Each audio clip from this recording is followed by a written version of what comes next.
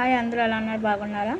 నేను ఇక్కడ ఇంట్లో వాళ్ళకి ఏం చెప్పానంటే, నాకు అంటే నిన్న అనగా చెప్పాను వాళ్ళకి. నాకు వాళ్ళు అడుగుతారు ఏం కావాలి, ఏమైనా వండాలని చెప్పేసి అడిగితే నేను అంటాను, రేపటి రోజు నాకు ఇలా కావాలి, అలా కావాలని ఎప్పుడు అడుగుతాను. సో నేను చెప్పాను వాళ్ళకి ఏంటంటే, ఆమ్లెట్ కావాలి, నాకు ఆమ్లెట్ తినాలని ఉంది. అంటే కర్రీ అంటే ఏదైనా మీ ఇష్టం, కర్రీ ఏది చేసినా నేను తినేస్తాను అని చెప్పాను అనమాట. వీళ్ళు ఏం చేస్తారు అనుకున్నారని తెలుసా? వీళ్ళేమో ఆమ్లెట్ అడిగానని చెప్పేసి ఆమ్లెట్ కర్రీలాగా చేస్తారు వీళ్ళు.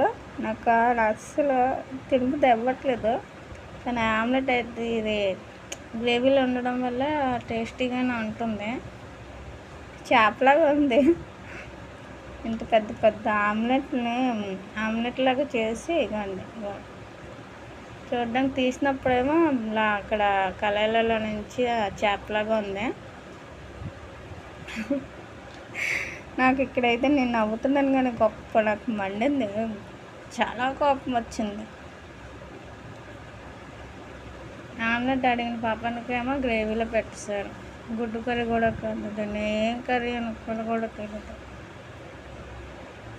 అలా అంతా నేను అడిగానని చెప్పేసి నాకే చేశారంట, నేనే తినాలంట. ఇంకెవరైనా తింటారా? నేను జస్ట్ ఆమ్లెట్ ఒక గుడ్డుతో అయిపోయిన దానికి ఇక్కడేమో 8 గుడ్లు వేసి ఉదయం అదే, మధ్యాహ్నం అదే, సాయంత్రం ఇది. ఇప్పటికీ అది 4 పూటలు ఒకటే ఫుడ్, సేమ్ ఫుడ్ తినాలంటే చిరాకు రాదా చెప్పండి?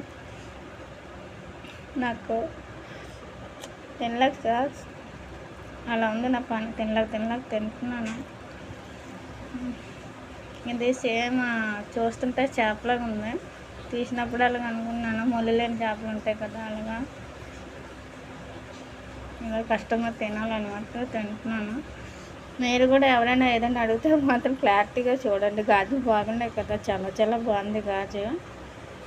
ఇది డజన్ 4 గాజులు 100 రూపాయలు తీసుకున్నారు వాళ్ళు. బాయ్ గైస్, గుడ్ నైట్ అందరికీ కూడా.